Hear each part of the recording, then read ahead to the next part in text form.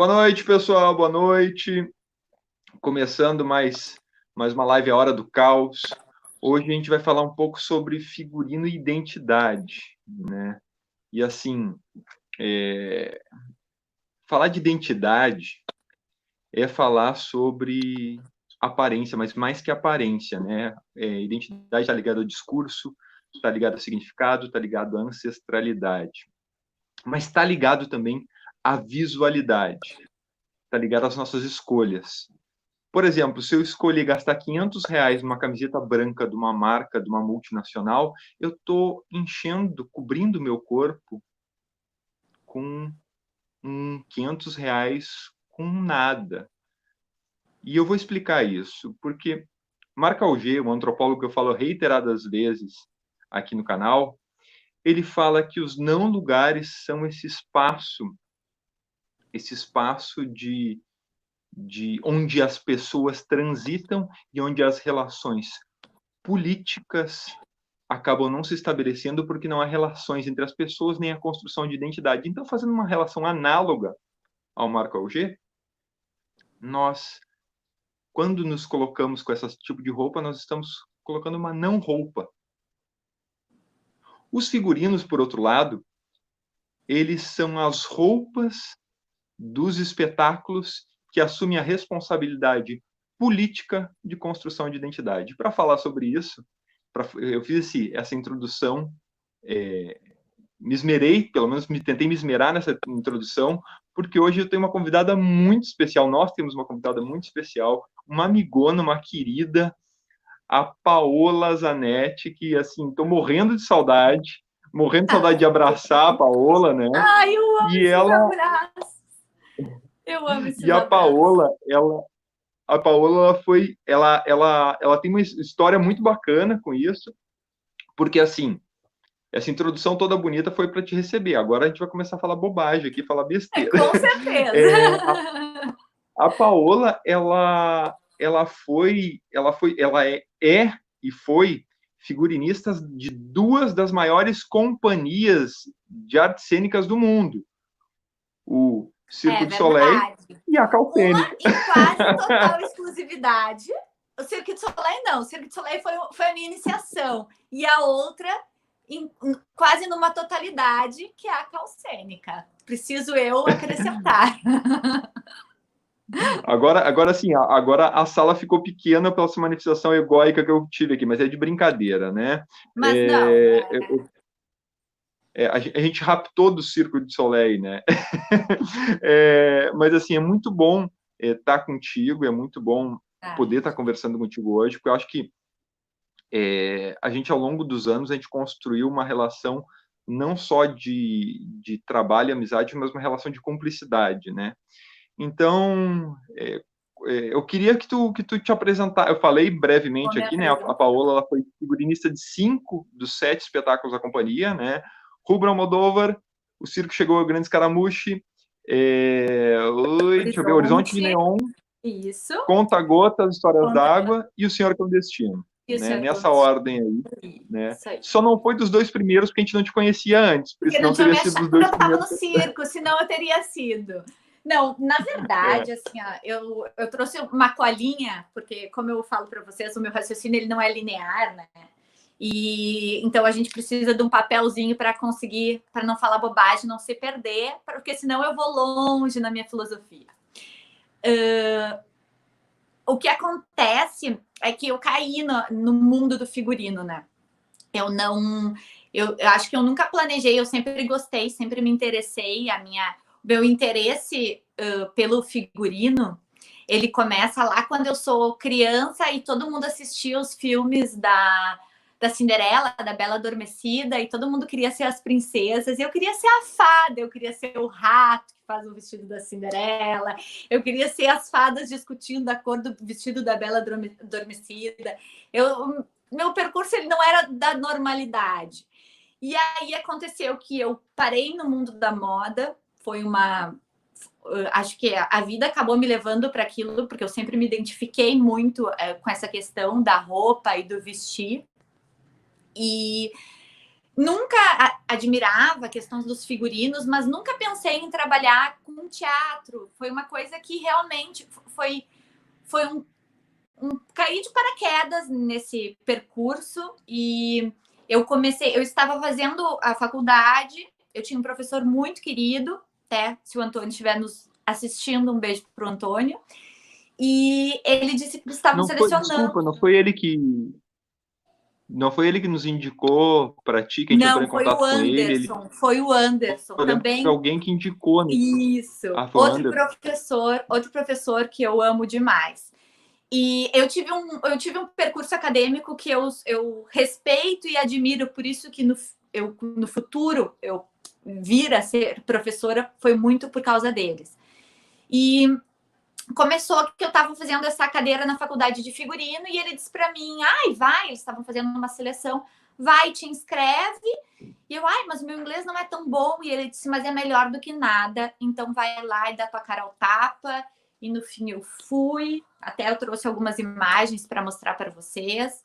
E foi amor à primeira vista, à segunda vista, à terceira vista. É a parte da moda que, claro, ela tem tem que ter todo um cuidado, mas é o tipo do trabalho que eu faço na moda sem desgaste. É só amor, sabe? Não me cansa. Eu só recebo, sabe? O que eu dou sempre parece que é muito pouco para o que eu recebo, porque é incrível. E aí, um belo dia, eu cruzei no caminho de vocês e eu acho também que foi amor à primeira vista. A gente fechou total.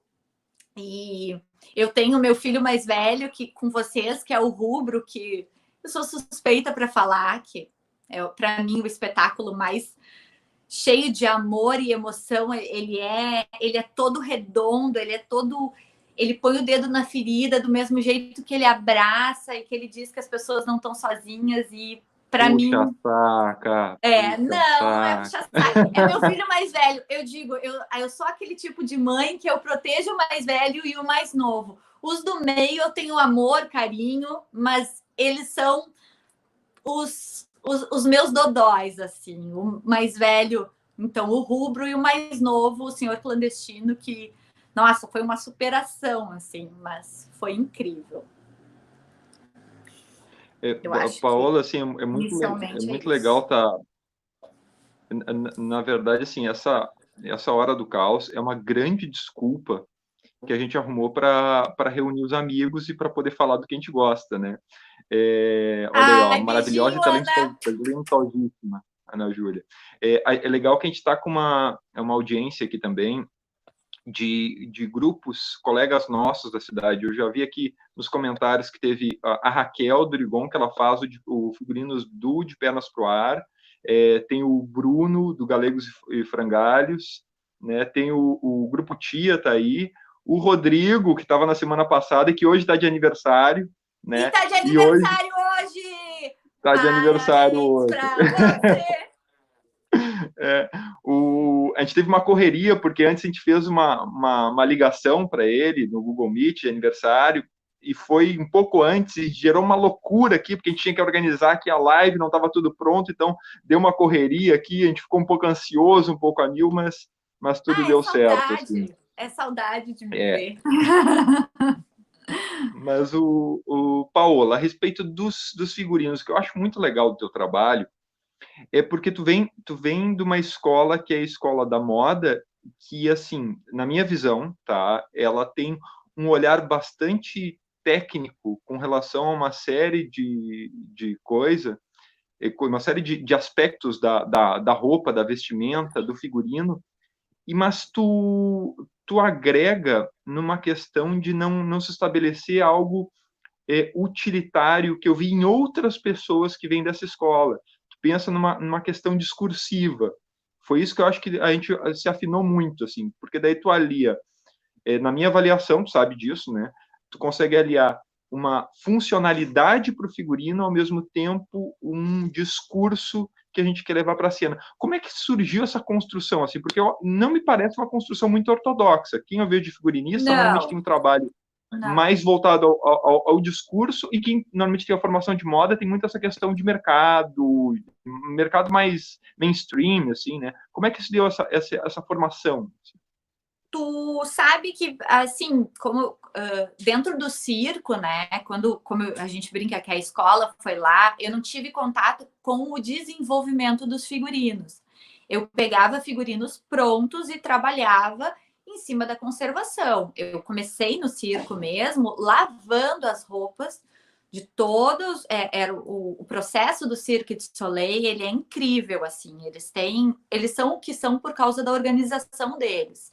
É uma família real e eles têm questões de funcionalidade ali dentro por toda a questão de aquilo tem que se deslocar e aquilo tem que funcionar, que aquilo me abriu os olhos para muitas coisas dentro do figurino.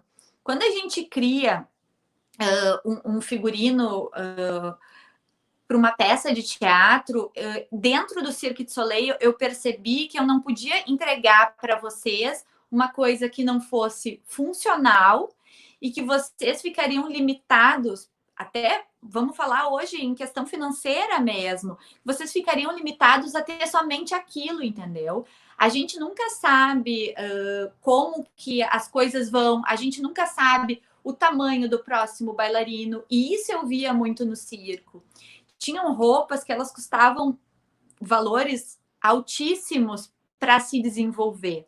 Esse figurino que eu trabalhei, que eu tive mais contato, onde eu ajudava na parte de costura e onde eu tinha mais contato, foi na segunda vez que eu trabalhei, que foi no Varecai. E eu quero mostrar uma coisa para vocês. Não reparem, eu trouxe livros. Eu gosto de embasamento teórico. E eu tenho um livro aqui do Cirque du Soleil, que eu ganhei de presente. E essa era uma das roupas no espetáculo Varecai, que eu, não sei se dá para ver direitinho, que eu trabalhava. Elas têm uns espetinhos e tem umas estruturas. Isso. E é tudo isso é tudo pintado. O que acontece? Essas roupas, elas não são pintadas de qualquer forma, né? Tu vê, assim, que é uma obra de arte. Não é, assim, é difícil eu fazer e depois tu conseguir reproduzir novamente, né? Então, o que acontecia? Eles tinham que ser muito bem cuidados. E todos os dias eles passavam por processo de lavagem. Aí a gente botava eles... Eu até tenho uma foto aqui nesse mesmo livro de como todas as roupas, eram 53 artistas, todas as roupas eram lavadas todos os dias a gente estendia elas dentro da lona, assim, ó. Botava uns ventiladores gigantes embaixo. Não sei se deu para ver, deixei pouco tempo. Sou ansiosa. Vai, aqui. E somos. Quarentena não tem quem não esteja ansioso.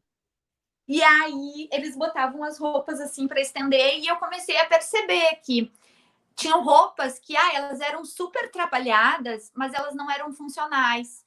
E elas acabavam que eles deixavam essas peças para serem usadas só em dias onde o espetáculo era mais longo, ou tinha alguma participação, ou tinha algum número que era mais especial. Então, quando eu trouxe isso para o meu trabalho, eu sempre pensei em facilitar, né? Eu sou, como eu brinco, eu sou uma jogadora de xadrez. Eu estou fazendo uma coisa, eu estou pensando para 4, 5 pontos. Estou pensando na reutilização desses figurinos, talvez para um outro espetáculo, em outro momento. É muito difícil hoje, com a economia que a gente tem, com os fundos de investimento para arte que a gente tem, eu chegar para ti, Dani, te sugerir um figurino aonde a gente se limite a só aquilo. Pode ser que uma hora tu não tenha mais 4, 5 bailarinos, tu vai ter só 3, entendeu? Então eu acho muito importante um figurinista pensar nisso hoje, até pela questão do consumo, né? De que adianta eu te fazer, a gente vai lá, faz um espetáculo maravilhoso com um figurino incrível, e aí tu fica limitado àquilo. É claro, a ideia não é tu estar reutilizando, mas que bom se tu conseguir reutilizar, né? Então, eu acho que essa foi o meu maior exercício, era trazer para vocês uma coisa que fosse funcional e uma coisa que vocês não ficariam presos a somente aquilo. Então, acho que foi dentro do circo mesmo que eu consegui ter essa visão. Ai, o Rob, querido! E assim, Paola, nesse momento do circo, tu já começava a ter essa escola de pensar também do ponto de vista do discurso, do que o figurino, do que a roupa, no caso figurino, quer dizer para a cena, ou isso já veio anterior, assim? Porque, assim, Claro. Não, tu não é sabe, só a cor, né? É o conteúdo, é a vestimenta, é a lógico, pintura, é a escolha, inclusive, dos materiais que tu vai é usar, que tudo, traduz um discurso. Isso vem de é quando? Assim? tudo. Não, na verdade, eu acho que trabalhando com moda, eu sempre pensei nisso, tá? Eu sempre pensei em não limitar as coisas. E estudando a moda, estudando os próprios. Quando eu gostei do figurino, Marizinha, quando eu gostei do figurino e disse, gente, é com isso que eu quero trabalhar, eu comecei a pensar.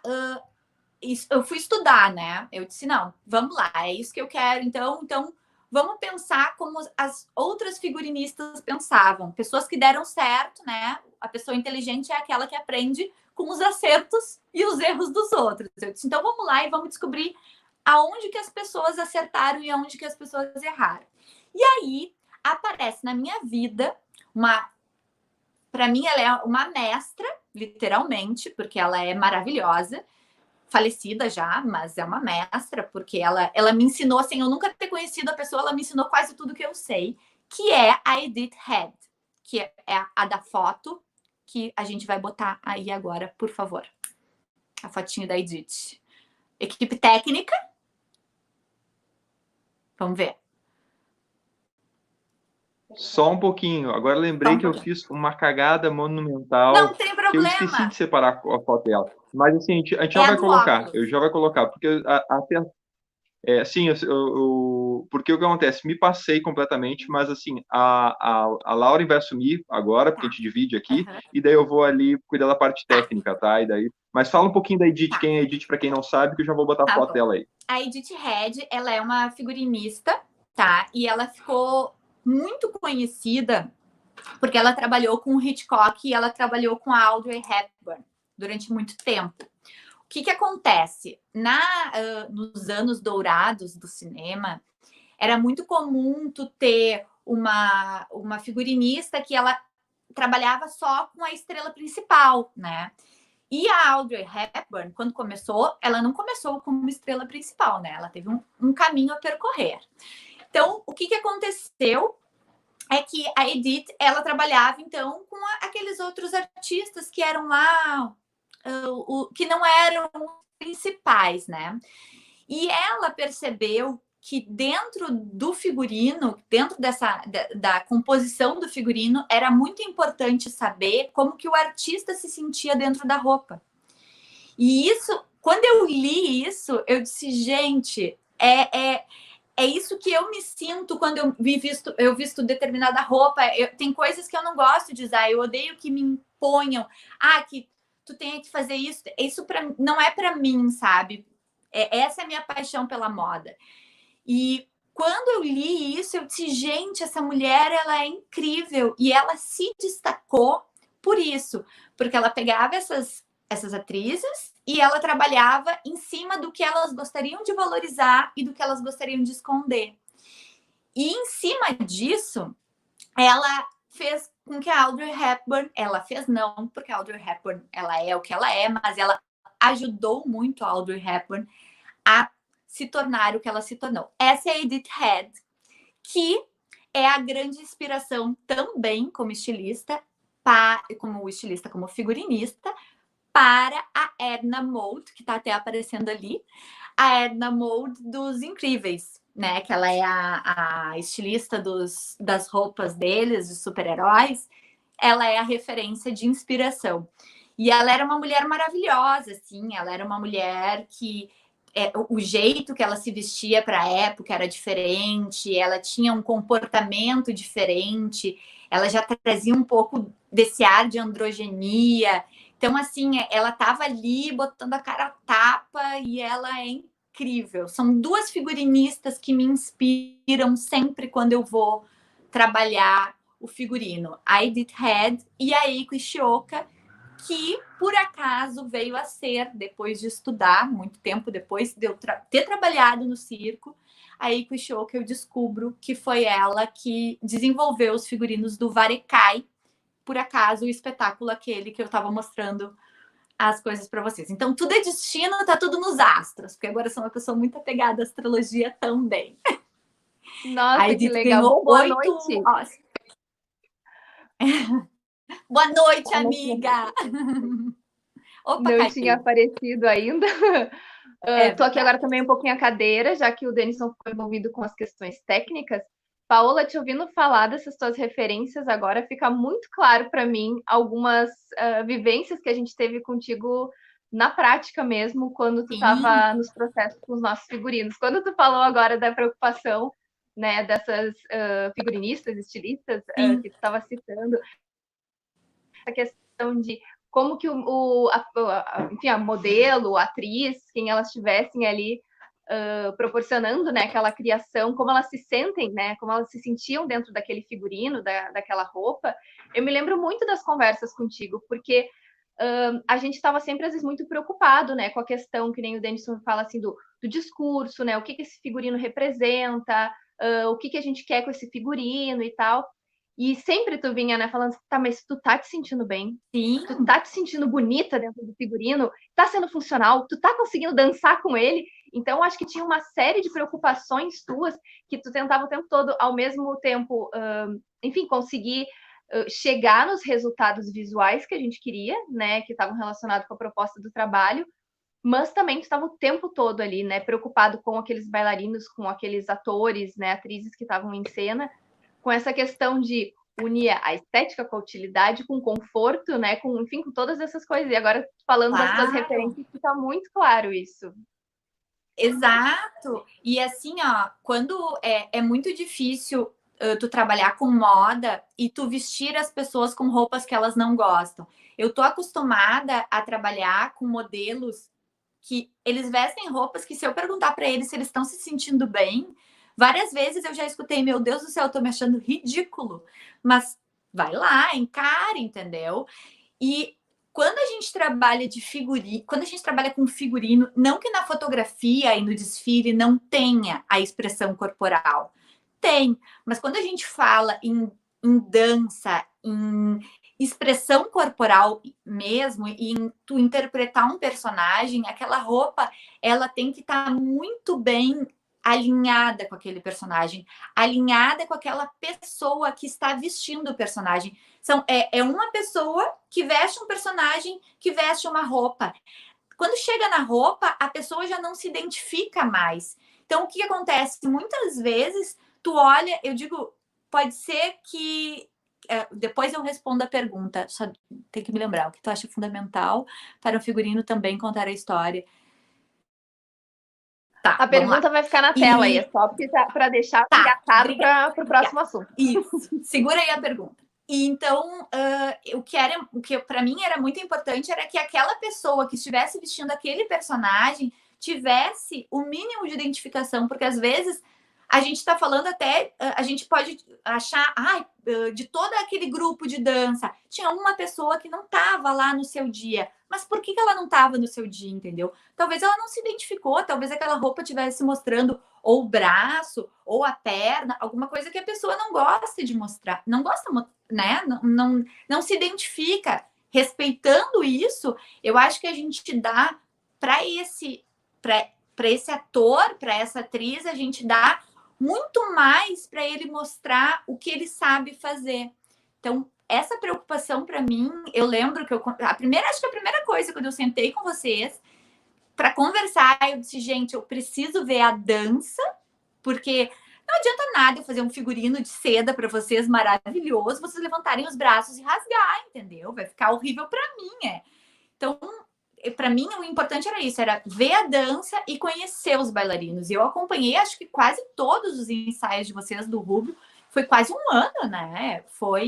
E assim, e isso é muito aprendizado para mim. Sim, também, foi um processo sabe? Bem, então, isso bem longo de ensaio.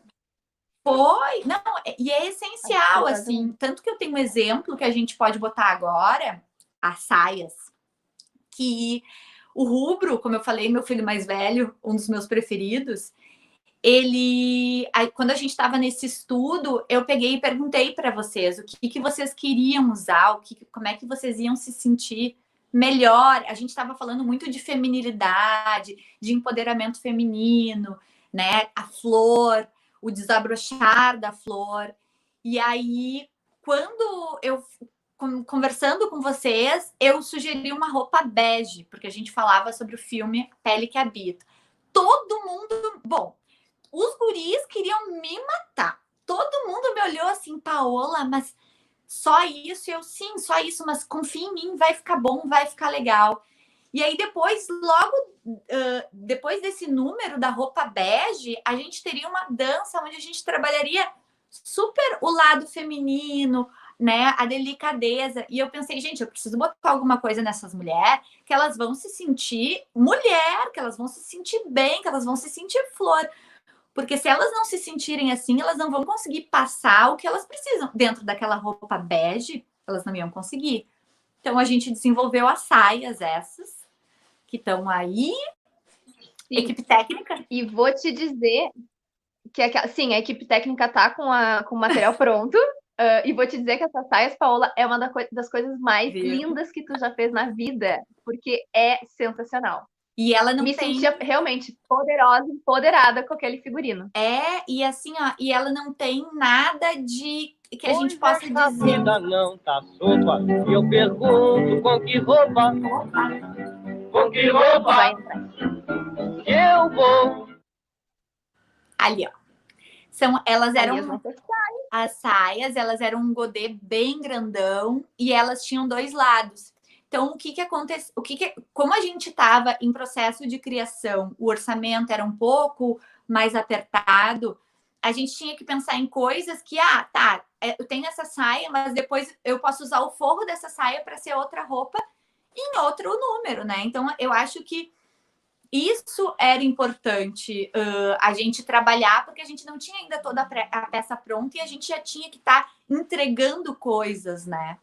Então, eu acho que foi o mais importante, assim, eu acho que essa saia é o grande exemplo do que é importante na hora de desenvolver um figurino.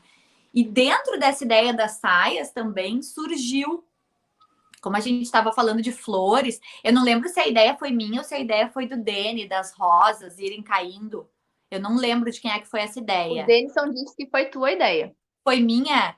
Olha, tô de parabéns, pessoal! Tá de parabéns, Paola, porque parabéns. Assim, ó, uma beleza, uma sensibilidade, aquilo. E a gente tinha pensado, a gente tinha pensado em alguma coisa e que a gente pudesse levar os bailarinos, os meninos, né, para o palco também, e que eles conseguissem transmitir isso. Então, eles também entravam de saia, uma saia de voal vermelha divine, tá ali a nossa saia, e entravam, e assim, ó, dessa saia saíam rosas, e elas iam sendo espalhadas durante o espetáculo. É muito poético. Isso é muito poético, muito lindo, é muito sensível, né? Muito lindo. Os meninos fazendo aquela caminhada. Aí é maravilhoso, gente. Não é porque é meu filho mais velho, mas é muito incrível. E assim, eu acho que aí vem a pergunta, né? Porque o que tu acha fundamental para um figurino também contar a história? Eu acho que é isso. Eu acho que a gente tem que saber quando um artista está estudando um personagem, ele tem que saber o que ele tem que passar, qual que é o sentimento, o que essa pessoa sente. E eu tenho que saber o que essa pessoa sente, o que esse personagem sente, o que esse bailarino sente e como que ele vai se sentir em cena. Eu acho que, para mim, como figurinista, o mais importante é isso, é saber como que essa junção de um que vai vestindo o outro, que vai virando aquelas bonequinhas russas, um que vai vestindo o outro personagem, que vai vestindo a roupa, que vai vestindo o acessório, que vai vestindo a cena, como que ele vai se sentir dentro daquilo ali. Porque a gente está trabalhando para ajudar, né? O figurino, ele é uma ferramenta do artista. Ele é todo um complemento. Sozinho, ele não significa tanto quanto ele significa nesse total, né? Acho que é isso. Não sei se respondi tua pergunta, Raquel. Isso até era uma questão que eu ia linkar contigo depois, porque assim, às vezes as pessoas enxergam um figurino como um acessório, um adereço, e a gente tem essa Não, visão muito do figurino. O figurino, em muitos casos, ele também ser um dos protagonistas da cena, ele tem às vezes um papel claro. fundamental, né? Até depois eu quero fazer um link de uma relação dessa ideia com o Horizonte de Neon.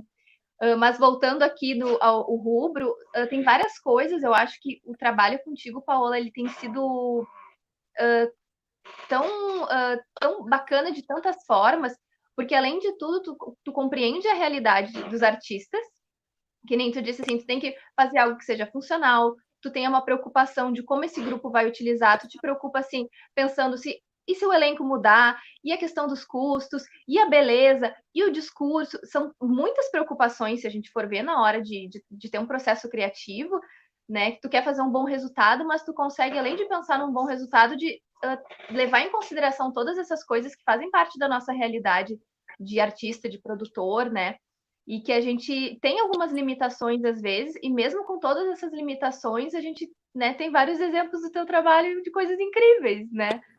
Não, e essa questão do figurino, o rubro, ele foi um espetáculo que muita gente, né? Muita gente assistiu, a gente teve uma plateia, acho que foram quase todos os dias a casa cheia, né? Era bastante gente.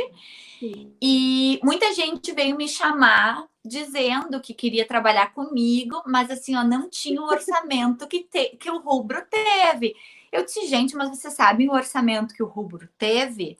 Ah, não, mas eu disse, olha só, a gente tem que trabalhar em cima do que a gente tem.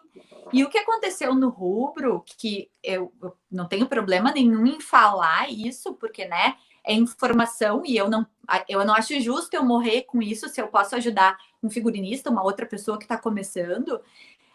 Cara, ficou caro costurar, ficou caro pegar, mandar numa costureira, fazer modelagem. Vai num brechó, trabalha em cima do que te oferece, entendeu? Quantas vezes a gente já trabalhou em cima dessa linha, né, para baratear aqui, vamos apertar aqui, vamos investir um pouquinho mais aqui. Olha como foi no Horizonte. O Horizonte foi um espetáculo onde a gente teve que trabalhar a parte da luz, que a gente sentou e chegamos à conclusão que o essencial era a questão da iluminação. Então a gente vamos ter que investir nisso, vamos cortar nisso, entendeu? Então eu acho que não é um cálculo exato. A gente nunca tem como saber assim, se como é que não é se vai dar certo. Dar certo vai. Isso é outra coisa. Sempre dá certo. A gente tem que acreditar, botar uma linha, focar, entregar antes da meta para garantir. Se der uma coisa errada, a gente tem como resolver, entendeu? Muito importante. Muito importante. Antes, marcou um dia, tem que entregar uma semana antes para ver o que vai acontecer. E eu acho que a gente tem como trabalhar isso. Desculpa, Isso Laura, também é uma outra coisa fundamental que sempre foi muito incrível de trabalhar contigo, Paola. A gente nunca ficou preocupado com os teus resultados e com os teus processos. Quando tinha algum problema, a gente ficava assim, meu Deus do céu, mas como é que a gente vai fazer? Paola, assim, não, calma, a gente vai resolver, a gente vai organizar, vai estar tudo no prazo, tudo certinho. E estava me lembrando agora, falando da questão dos orçamentos, quantas bateção de perna na voluntária a gente fez para catar coisinhas baratas, para conseguir adaptar, para em todas as lojinhas, para ir nos brechós. Eu só quero fazer uma observação, caso a minha terapeuta esteja assistindo, eu não sei se ela tá, porque ela viu aqui a Lauren falando que eu consigo respirar e dizer, calma, a gente vai resolver, entendeu? Que pena que eu não sou na minha vida como eu sou no profissional, né? É uma coisa, só uma observaçãozinha para Carol, um beijo. Porque, né? Mas todo mundo, eu acho que tem alguns momentos que a gente consegue respirar e manter a calma, outros não. É normal. E para mim, nessa questão é muito fácil. Eu acho que é muito fácil tu resolver um problema assim, sabe? Um jeito a gente vai dar, um jeito a gente vai dar. Eu acho que a gente tem como resolver. Isso é outra coisa. Não achar que é impossível. A gente não tá trabalhando sozinho. Ali eu não posso dizer que não vai dar certo para ti. Era tu, era o Dani, eram mais 5 bailarinos, era mais o pessoal da iluminação, o Igor. É muita gente para eu dizer, olha só, não vai dar certo. Se virem. Minha parte eu já fiz. Não, a gente tem que resolver. A gente tem que sentar e resolver. Meu Dindo querido, nós virginianos sabemos muito bem. Existe um olhar crítico, pessoal, sobre o teu trabalho em cena? Existe. Existe, sim. Existe muito.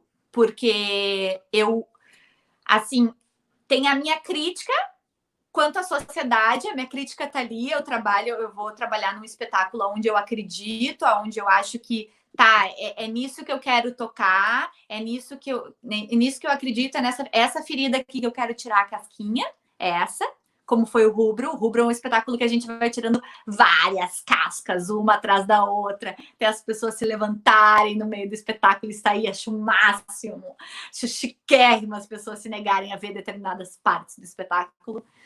E o povo aplaudir, acho isso luxo.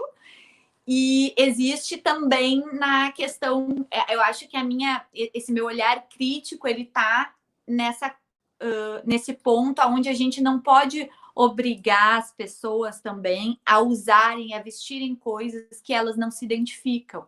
Tem muito disso, eu vejo muito figurinista dizendo, é isso que tem, é isso que tu vai usar.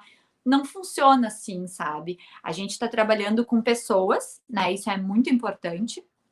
E a nossa crítica, a crítica que eu quero fazer para a sociedade, eu não posso não estar fazendo a autocrítica, né? Eu não posso estar vendo se eu estou errando naquilo ali, eu não posso errar, né? Não sei, ficou confuso, né?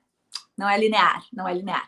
Mas eu tenho que ter esse cuidado de tipo, poxa, não vou fazer com o outro que eu não quero que façam comigo. Eu vou ali olhar para aquela pessoa e ver se ela está se sentindo bem, se aquilo ali está sendo realmente funcional, né? Eu acho que essa é a palavra do figurino. Um figurino que ele não é funcional, isso a gente tem também o exemplo no Horizonte, né? Que a gente teve vários problemas quanto à funcionalidade. Sim.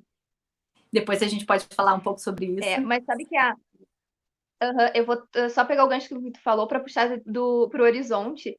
Essa questão da funcionalidade, principalmente, não que o teatro não tenha essa necessidade, mas as bailarinos e bailarinas, que tem essa questão do movimento, que tem todo, às vezes, um virtuosismo, uma questão técnica, uma amplitude de movimentação muito grande, né? Que a gente precisa ter um figurino, que nem tu disse, que seja funcional, que, claro, a gente se senta bem, bonito, mas a gente tem uma preocupação muito grande. Eu já vi muitos relatos de meninas bailarinas que tiveram milhões de dificuldades e problemas por causa de figurino, que não tinha percepção que tinha um ser humano dentro dançando com ele. Pensava no figurino como uma coisa estática, né? Que tipo, que lindo, ele parado.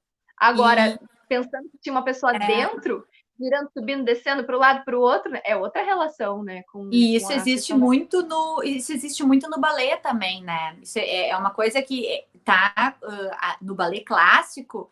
Tu vê assim bailarinas às vezes desconfortáveis com determinadas peças, entendeu? Quando a gente fala de figurino, o próprio nu é um figurino também. Se a gente for trabalhar o nu em cena, a gente está falando de figurino. E eu não posso propor. A minha ideia foi, quando a gente conversou, lembra, sobre o Rubro, eu disse, olha, eu queria nu, porém, sei que não vai colar. Mas, porque eu queria que, eu acho assim, a gente tá trabalhando o corpo dentro o próprio Almodóvar, ele trabalha muito a questão do corpo, né, das pessoas dentro do corpo, de não se identificar com o seu corpo. A gente precisava falar de corpo. Dá para adaptar, como a gente adaptou, botamos umas roupinhas beges. Mas eu acho que essa questão de funcionalidade, de como aquela pessoa vai se sentir. Meu cunhado querido, beijo, até a gente chega na Argentina. E eu acho que isso é muito importante. Acho que isso é muito importante. Sim. E aí, até pensando assim, tentando fazer um raciocínio inverso, né? Que a gente pensar não inverso, mas assim, o Rubro, a gente tinha toda uma questão de movimentação, de propostas, e o figurino ele veio caminhando, né, em direção a todas essas questões da cena, enfim, a todas essas necessidades. E é engraçado que a questão do Horizonte de Neon, daí falando do outro espetáculo que a gente estava comentando, ele foi um espetáculo que ele foi muito ditado pelo figurino, né? Teve muitas coisas, que elas tiveram que ser repensadas e reorganizadas em matéria de movimento, de coreografia, de proposta visual, a partir do figurino, né? Porque, assim, tem muitas coisas que, se a gente pensar, por exemplo, num figurino do rubro, uma saia, um colã, o movimento que tu faria com uma saia e com um colã, ele tem uma cara, né? Agora, se tu faz aquele mesmo movimento com o figurino do Horizonte de Neon, tu tem Não outra tem, situação. Às vezes, uma coisa que tu pensaria que ia dar uma ênfase, não dá. E outras coisas que tu acha que um movimento que não teria muito efeito, com aquele figurino, ele fica incrível, né? Sim, então, sim. Eu me lembro muito desses momentos, assim, da gente ter que repensar algumas coisas de coreografia, porque o que estava ditando as regras, vamos dizer assim, o que estava ditando muito da cena era o figurino, né? Então, Tu sabe ali o teu que... papel foi... Tu sabe que tem o Drácula, de Bram Stoker, do Coppola, ele tem, no final do DVD, tem um documentáriozinho pequenininho contando sobre as questões e tudo mais. E aí, Kuishioka, minha ídola, fez esse figurino. Ela que é responsável por aquela roupa maravilhosa do Drácula, que ela explica que são nervos, que aquilo ali é para passar uma musculatura. Eu acho incrível aquele figurino. E aí perguntam pro Coppola pro Coppola, eu nunca sei qual que é a pronúncia certa, desculpa aí, diretor. Mas sempre perguntam para ele se... Porque teve um investimento muito alto naquele figurino. Parece que foi grande parte do orçamento que tinha foi em cima daquele figurino. E perguntam para ele se ele acha que aquilo ali é importante para a cena. E ele responde que talvez sem aquele figurino, aquela cena não teria aquela dramaticidade que teve, né? E quando a gente fala de Horizonte de Neon, a gente está falando dessa questão da conexão das pessoas, do isolamento, do distanciamento e dessa coisa do celular, de tu tá sempre conectado, mas no fim tu não tá conectado a ninguém porque tu tá sozinho, conectado a uma máquina e a outra pessoa tá lá em outro lado, sozinha, conectada em outra máquina. Então, quando a gente sentou para discutir sobre a questão do figurino do Horizonte, eu lembro que eu saí muito animada, mas eu saí, desculpa aí os menores que estão na sala, mas eu saí muito cagada. Eu pensei, agora tô fodida. Por quê? Porque quando eu saí de lá, eu disse, cara, eu vou ter que fazer um negócio. Lembra um calor, assim, o sol da Zâmbia passava o dia inteiro aceso em cima da gente e depois vocês tinham que dançar de manga longa. Por quê? Porque essas luzes aí que aparecem, tipo, até tem algumas roupas que a gente conseguiu adaptar, mas essas luzes, tinha que ter movimento de braço, a gente tinha que conseguir fazer com que tivesse movimento. Então a gente foi adaptando. Cara, não vai dar para ser todo mundo de manga comprida, porque o povo não vai aguentar. Era um calor horrível dentro dos figurinos. Tinha um dos bailarinos que dizia para mim, eu dizia, tá, e tu transpira? E ele, pá! Dá para tirar água de balde da roupa. Então, esse figurino foi um figurino que a gente sentou. Eu me lembro que, às vezes, os guris queriam me matar. Os guris, eles tinham que usar uma outra camiseta por baixo para conseguir, para pegar o suor, para não pegar nos LEDs. Ai, vocês não reparem, a gente teve uma visita aqui. Do suor. Uma visita, né, Panda? Olha. Ela quer aparecer no vídeo. Tá, Panda, vem, senta aí. Os bichinhos são sempre bem-vindos na live. São, abusada. Semana passada, a Mujica, a cachorrinha do Rodrigo, também apareceu, então não tava vendo. Não, a Pandora quer se exibir. Daqui a pouco ela sai. E não fica de bunda pra câmera, minha filha. Feio, Deus te mas é exatamente isso. Acho que esse foi um grande desafio no Horizonte, porque a gente penou nesse figurino. É um figurino que ele não é funcional. Para te ver, eu sempre trabalhei em cima disso, dizendo, cara, a gente precisa de uma coisa funcional, uma coisa que o diretor possa botar na máquina para lavar, porque a gente está falando de realidade, a gente não está falando de um espetáculo onde contratem uma Paola para trabalhar na parte de lavanderia do Cirque du Soleil, entendeu? A gente está falando de realidade, a gente está falando de Brasil. Então, o que acontece é que quem faz ali, a pessoa que, tipo, é o diretor, o produtor, é ele que vai fazer quase tudo. Às vezes, inclusive, os bailarinos são responsáveis. Então, cara, eu preciso fazer uma coisa que vai facilitar. Eu não posso. Tem pessoas que tá com roupa colorida, com roupa branca, com roupa preta, tudo dentro da máquina junto. Não posso pegar e dar uma coisa aonde eu vá te criar um problema. Tem que facilitar a tua vida, tu tá me contratando para isso, entendeu? Então, eu pensava muito nisso. Aí, a questão dos LEDs é que a gente não podia botar eles na máquina, né? Porque eles estragam aquela coisa toda, né? Aqueles conectores, tudo. E aí, aquilo virou... Agora a gente tem que agradecer a mamãe da Lauren, que é uma santa, salvou o galerê, porque aquela roupa deu trabalho? Deu trabalho? Pá, eu imagino. Se eu tive muito trabalho quando fiz, eu imagino para a mãe da Lauren na hora lá do Vucu Ela nos deu uma baita ajuda. Querida, é a minha melhor assistente de figurino da Terra.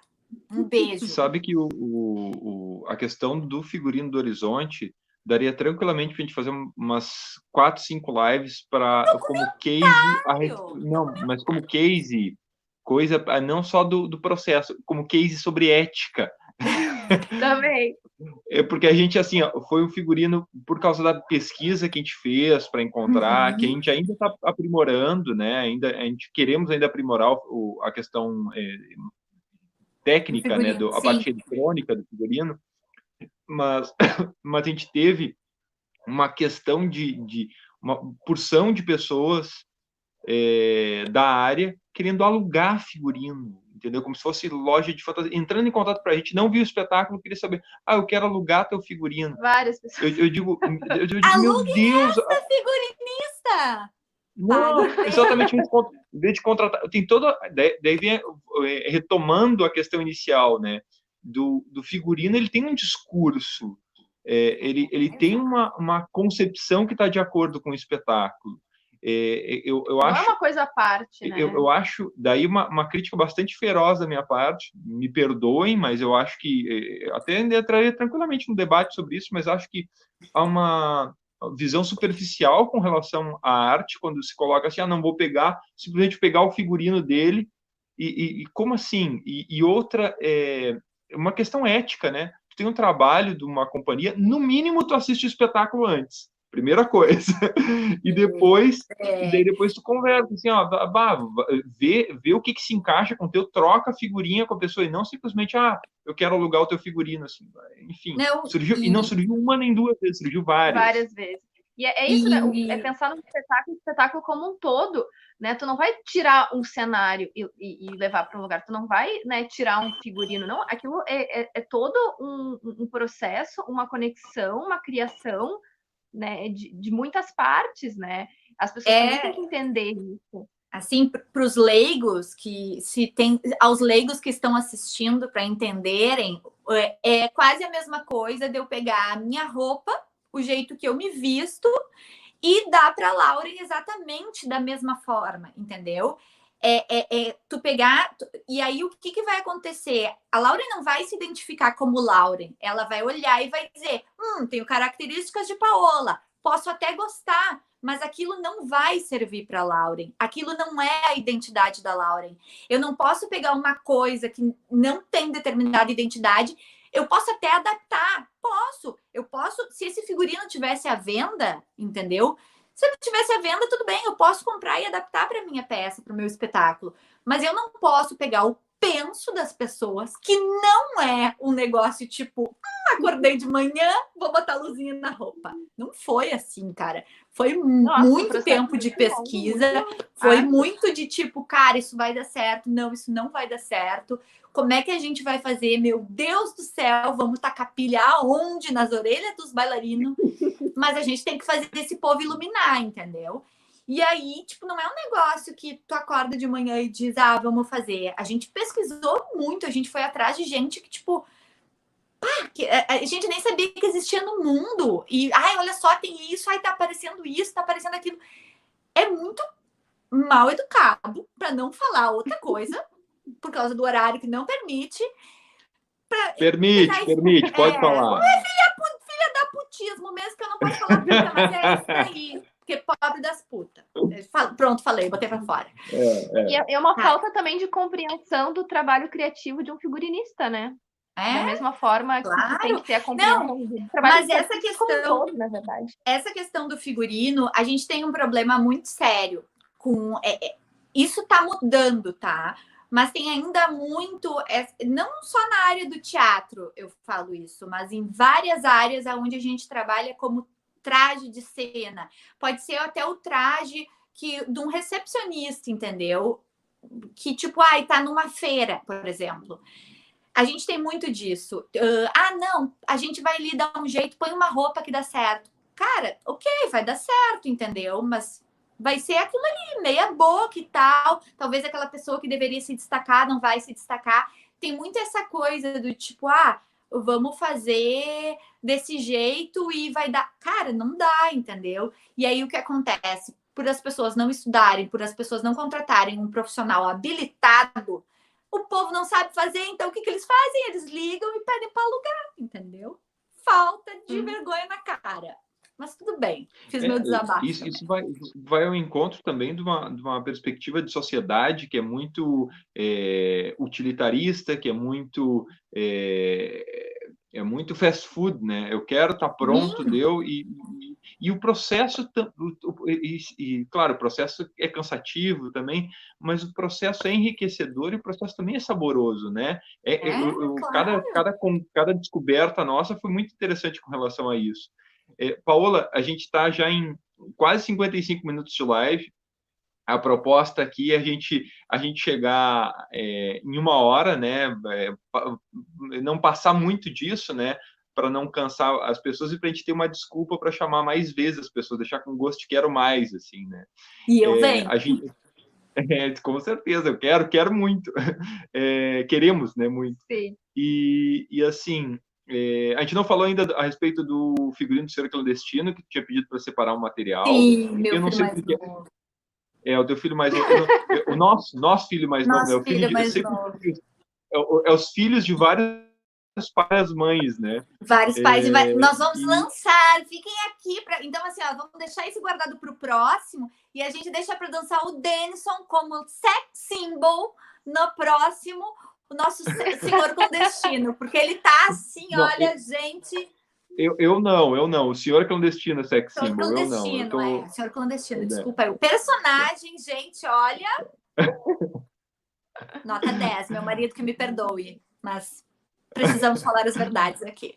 Tá. Não, O que tá legal é isso. Na live passada que a gente falou com o Rodrigo, ficou o gostinho de quero mais, porque o pessoal quer saber o do funk do convento, né? Aquele funk que ele fez aí, que não tem na internet, a gente vai ter que fazer alguma coisa para. Então já tem um motivo. Agora aqui contigo a gente vai ter o do Senhor Clandestino para falar mais para a próxima.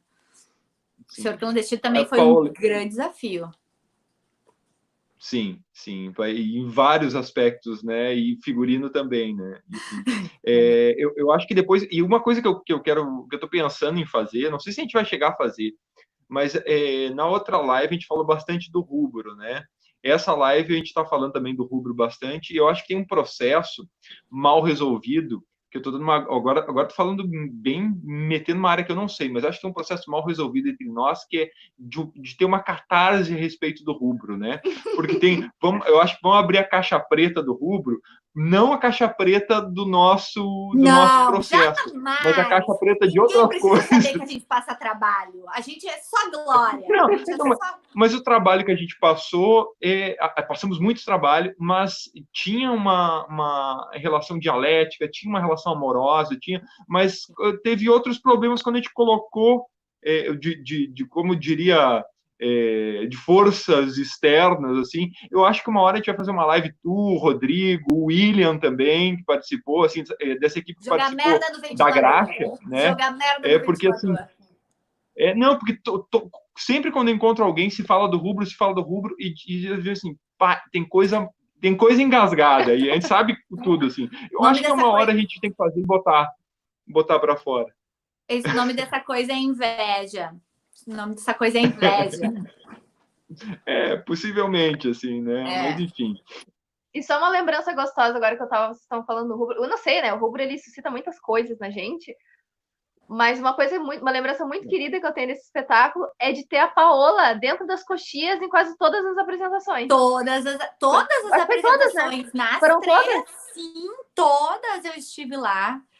Gudo! Depois eu vou ter que pedir um espaço para mandar um beijo para minha família, que está aqui toda me apoiando. Pode tá? mandar, não tem problema. Meu Dindo, minha comadre Ana Júlia, meu compadre Gudo, Mari, Douglas, Bentinho, mamãe, papai, Xuxa, and o meu braço direito e esquerdo, Camila Kunzler, chiquérrima, que tá aqui desde as 2 horas da tarde me mandando mensagem e perguntando que horas começa a live? Tá pronta? Eu tô nervosa. Ai, querida. Que legal. Clube, Paola, muito chique. Mas assim, Paola, ó, outra coisa para a próxima também. Tu tem um processo que eu sei que é um processo de criação que envolve a família. Obviamente, a família está aqui junto. Tem histórias, várias histórias. Ótima, eu acho que isso aqui tem, dois da minha máquina de costura do galinheiro.